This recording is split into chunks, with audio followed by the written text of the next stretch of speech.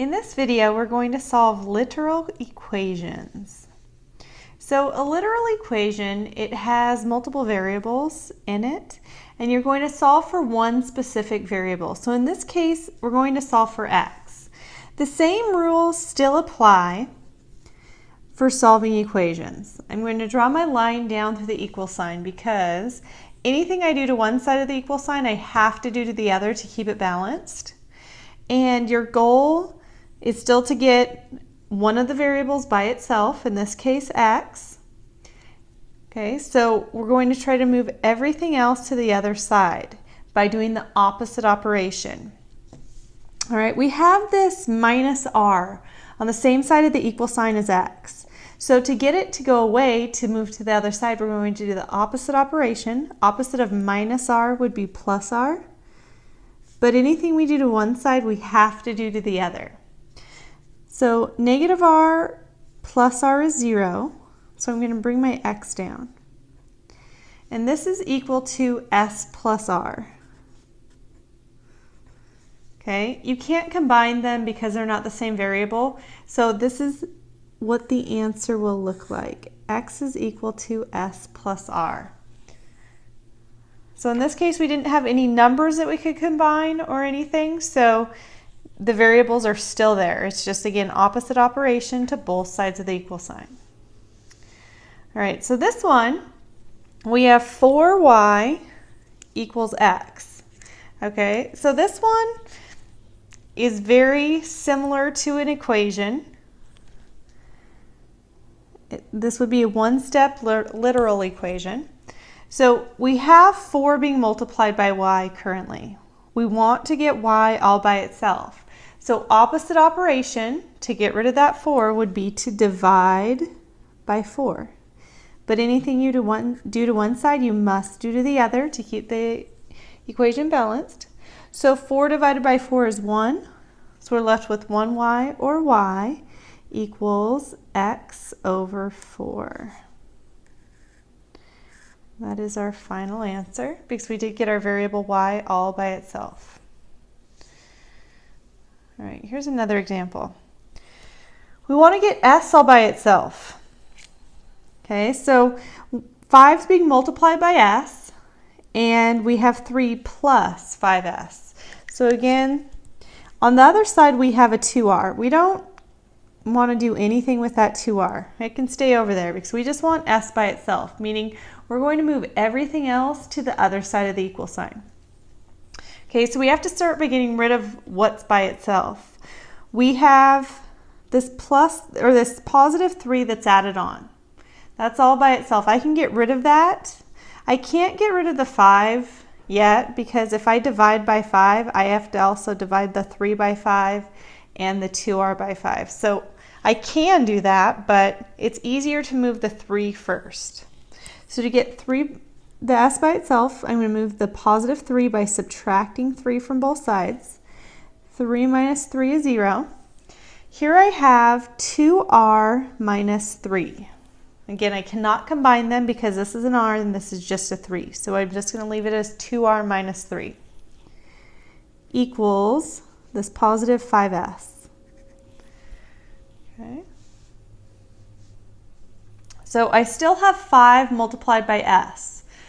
So opposite operation of multiplying by 5 is dividing by 5. And anything I do to one side, I must do to the other. 5 divided by 5 is 1. So I have s is equal to 2r minus 3 over 5. And if I want to rewrite it and put it so s is in front, I can rewrite it over here, but it is okay if the s is in the back. It still means the same thing. All right, so I'm going to do one more, a little more difficult just because there's some parentheses. All right, this time I want r by itself. Okay, so I'm going to move everything else to the opposite side. Over with the p here. So I have 3 being multiplied by everything inside the parenthesis. So I'm going to get rid of that 3 first because it's multiplied by everything inside the parenthesis. Opposite of multiplying is dividing by 3, and anything I do to one side I must do to the other. 3 divided by 3 is 1. So we have 5q minus r equals p divided by 3. Okay, so now I want to get rid of this 5q because I want r by itself. The 5q itself is positive. Remember, this minus is in front of the r. So to get rid of the 5q, I'm going to subtract 5q from both sides. So 5q minus 5q is 0. Here I have to bring down the negative r. Don't forget that minus has to come down. Equals p over 3 minus 5q. All right, so this part's a little tricky. I can't have a negative r. So I could either multiply or divide both sides by 1, negative 1. I'm going to divide both sides by negative 1, just because if you think of it, r is currently being multiplied by a negative, opposite is to divide by a negative. Well, I'm going to divide by negative 1. I'm going to divide this whole side by negative 1. Okay, so negative 1 divided by negative 1 is positive 1. So I'm left with that 1r equals. I don't just want to leave negative 1 on the bottom. I'm going to divide everything on top by negative 1. So p over 3 divided by negative 1 is negative p over 3. All right, negative 5q divided by negative 1 is positive 5q. Okay. So again, everything on top, both of these terms had to individually be divided by the negative 1. All right, so I have some problems for you to try that are very similar to those that I just did.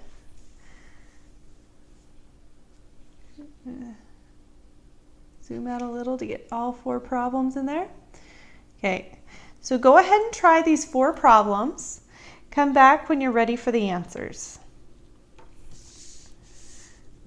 All right, I'm going to zoom back in so you can see what I'm doing. Okay, for the first one, I want to get x by itself. X is currently being multiplied by y and z. So opposite of multiplying x by y and z is dividing by y and z, or y times z. But anything I do to one side, I must do to the other. Remember, just like if you have a number right next to a variable, it means they're multiplied together. In this case, this means x times y times z. So I'm just going to divide by that y times z. All right, y divided by y is 1. Z divided by z is 1. Because think of it, anything divided by itself is always equal to 1. If you have 5 over 5, it equals 1. And well, a variable just represents a number, so y divided by y would also equal 1. Z divided by z divided by itself equals 1. That's how we're left with x equals w over yz.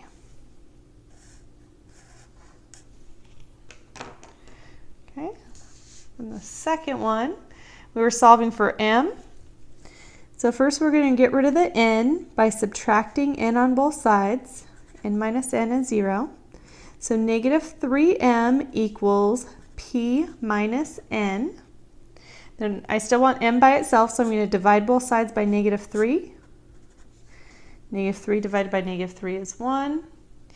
And I can leave this as m equals p minus n over negative 3. And if I really want to reduce, I can divide everything individually by negative 3. So I could say m equals p divided by negative 3 is negative 1/3 p. Negative n divided by negative 3 is positive 1/3 n. So this is just a little more reduced. Okay, it looks simpler than this form, but you could do either. Technically, I would want to get rid of that negative.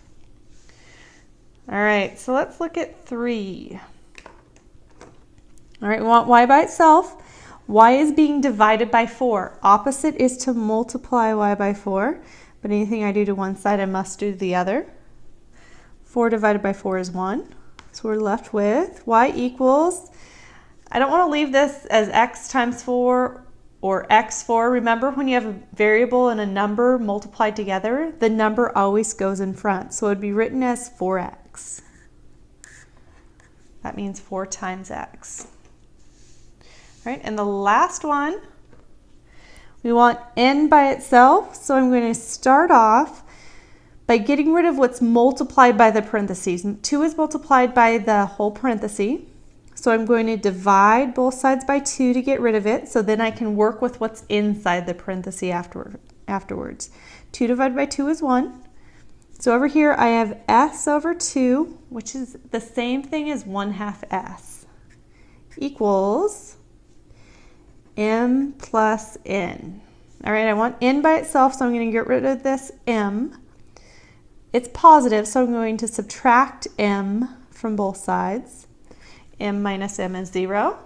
So over here I'm left with n is equal to, I have s over 2 minus m. And remember, these are different variables over here, so I couldn't combine, so I just left it as it was written, s over 2 minus m, just written out. And again, you can flip it around if you want to, but it still means the same thing. All right, so that was on solving literal equations.